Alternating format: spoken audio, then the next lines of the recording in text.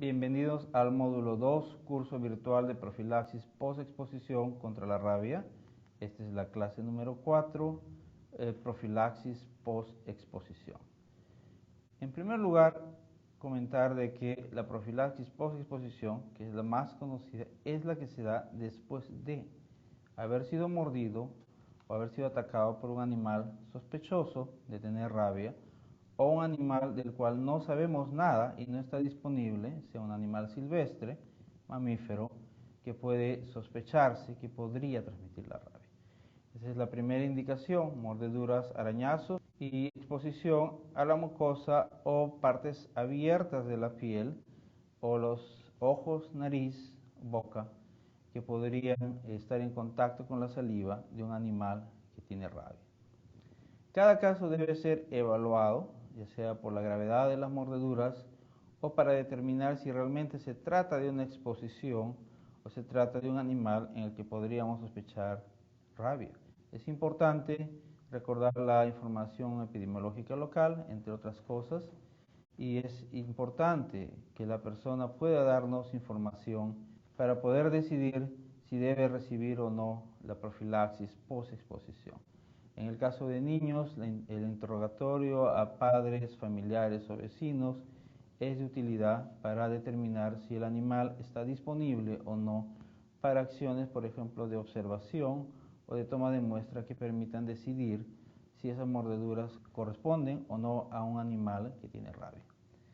Es importante mencionar que mordeduras de animales como ratones o ratas u otros roedores no son indicación para profilaxis post-exposición contra la rabia. Son obviamente potenciales riesgos para otras infecciones, pero en el caso de rabia no se considera que se trate de un riesgo para administrar la profilaxis post-exposición. La única excepción es en aquellos casos en que la información de observación del animal o del ataque haga pensar de que este animal tenga algún tipo de enfermedad neurológica por una conducta que obviamente no es normal, como la de buscar atacar a los seres humanos cuando estos animales buscan huir de la presencia de los seres humanos. En casos excepcionales se ha encontrado que es posible, hay una exposición a la rabia, pero lo menciono de manera excepcional y no es una indicación en la emergencia diaria de profilaxis post-exposición, mordeduras de ratones o ratas u otros roedores a niños o adultos. Es importante tratar de confirmar que el animal tiene o no rabia, y en los casos en que tenemos muestras podemos definir de que el animal es negativo para rabia y puede tener otro tipo de enfermedad. En esos casos no se indica la profilaxis post-exposición, o si se inició se debe suspender. Muchas veces el paciente mordido toma atención al riesgo que podría tener la mordedura después de unas semanas o inclusive meses. En aquellos casos es importante indagar si el animal mordedor, muchas veces el perro, está vivo y en buen estado de salud o sobrevivió más de 10 días después del ataque, lo cual sería indicativo que ese animal no tenía rabia al momento de la mordedura hacia el paciente. Los componentes de la profilaxis post-exposición son 3. El primero es muy importante, es el lavado de herida. Un lavado enérgico con agua corriente y jabón por más o menos 10 minutos, inmediatamente o en el momento en que esté disponible agua y jabón. Segundo componente es el suero antirrábico o inmunoglobulina antirrábica, que se administra en la herida, en la zona de la mordedura, y el volumen restante en vía intramuscular. No se debe administrar inmunoglobulina en el mismo brazo que se administra la vacuna. Las dosis de inmunoglobulina difieren si se trata de inmunoglobulina homóloga o humana o inmunoglobulina equina, es decir, manufacturada en caballos, que es la que está disponible en la mayor parte de los países. En el pasado, la inmunoglobulina equina tenía el estigma de que se producían reacciones adversas severas, como la enfermedad del suero. En el presente, las inmunoglobulinas equinas que se encuentran disponibles son purificadas y no producen los problemas del pasado, por lo cual puede ser utilizado con confianza en los esquemas de post-exposición. La vacuna antirrábica es el tercer componente y el más conocido de la profilaxis post-exposición.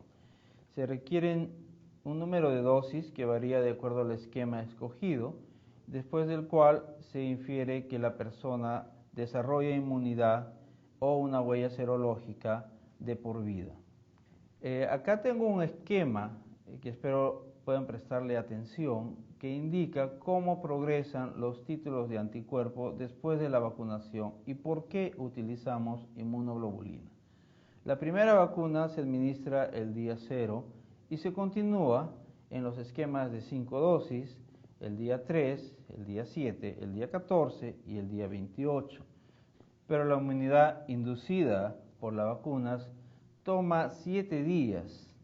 Es decir, durante los primeros 7 días después de iniciado el esquema de vacunación, el paciente no cuenta con anticuerpos neutralizantes contra el virus de la rabia.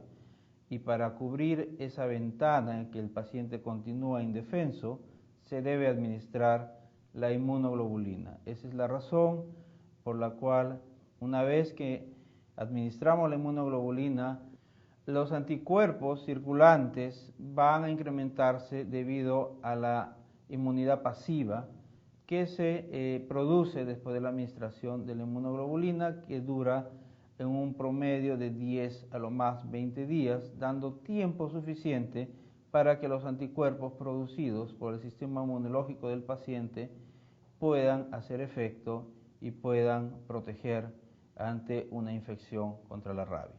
Es importante destacar que mucho va a depender de qué tan pronto el paciente llegue a los servicios de salud y pueda recibir esta atención en aquellos lugares donde la inmunoglobulina es muy difícil de obtener o no existe, porque hay lo que ya hemos mencionado en clases anteriores, el periodo de incubación, es decir, la progresión del virus hacia el cerebro continúa durante esos 7 días en que está desprotegido el paciente.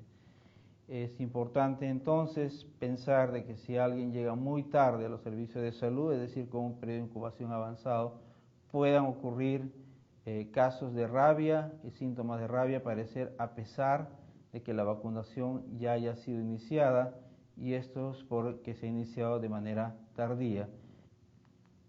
Existen 3 esquemas de profilaxis post-exposición recomendados por la Organización Mundial de la Salud. El esquema conocido como ESEN incluye 5 dosis de vacuna intramuscular administrados el día 0, el día 3, el día 7, el día 14 y 28. Existe un esquema ESEN acortado que lo ha adoptado los Estados Unidos en años recientes, en el cual solo utilizan 4 dosis el día 0, 3, 7 y 14. Es importante mencionar que el esquema ESEN acortado ocurre en un país donde la inmunoglobulina es administrada en todos los casos sin excepción, mientras que en los países latinoamericanos es frecuente que la inmunoglobulina sea escasa, de difícil acceso, por lo que el esquema ESEN debe continuar 5 dosis en aquellos países en los cuales es difícil obtener la inmunoglobulina antirrábica.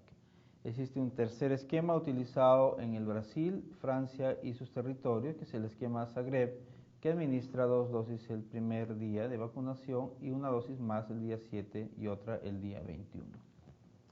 Existen esquemas de vacunación intradérmicos aprobados y utilizados exitosamente en países asiáticos.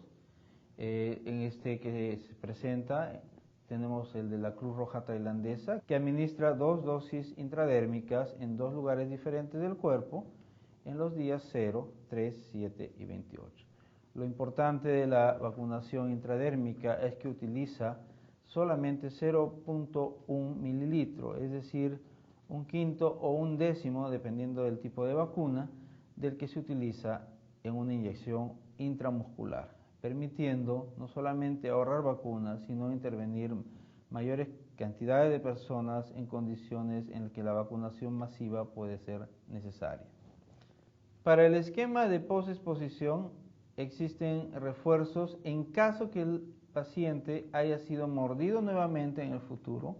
Solamente deberá recibir 2 dosis de vacuna el día 0 y el día 3. Es importante determinar si el paciente en el pasado ha recibido un esquema completo, ya sea de preexposición o postexposición. Esquemas incompletos indicarían que debería recibir un esquema postexposición completo en esta oportunidad. Búsqueda de certificados de vacunación, carnet de vacunación o información que sea creíble que la persona recibió el esquema completo es importante, porque no solamente puede ahorrar vacunas, sino también reduce el riesgo de reacciones adversas por administración innecesaria de vacuna. La inmunidad inducida por las vacunas y los esquemas preexposición es variable, pero se acepta que el pico máximo de anticuerpos ocurre a los 14 días de la última dosis recibida en el esquema de vacunación. Los niveles óptimos aceptables, de acuerdo a la Organización Mundial de la Salud, son 0.5 unidades internacionales por mililitro, que deberían ocurrir a los 7 días de iniciar la profilaxis. La duración de la inmunidad a lo largo de los años decae lentamente. Sin embargo, se estima que por 2 años los niveles se mantienen adecuados cuando se ha administrado un esquema completo de postexposición. Muchas gracias por completar el módulo 2 del curso virtual de profilaxis postexposición contra la rabia. Agradecemos y esperemos continúen con el siguiente módulo.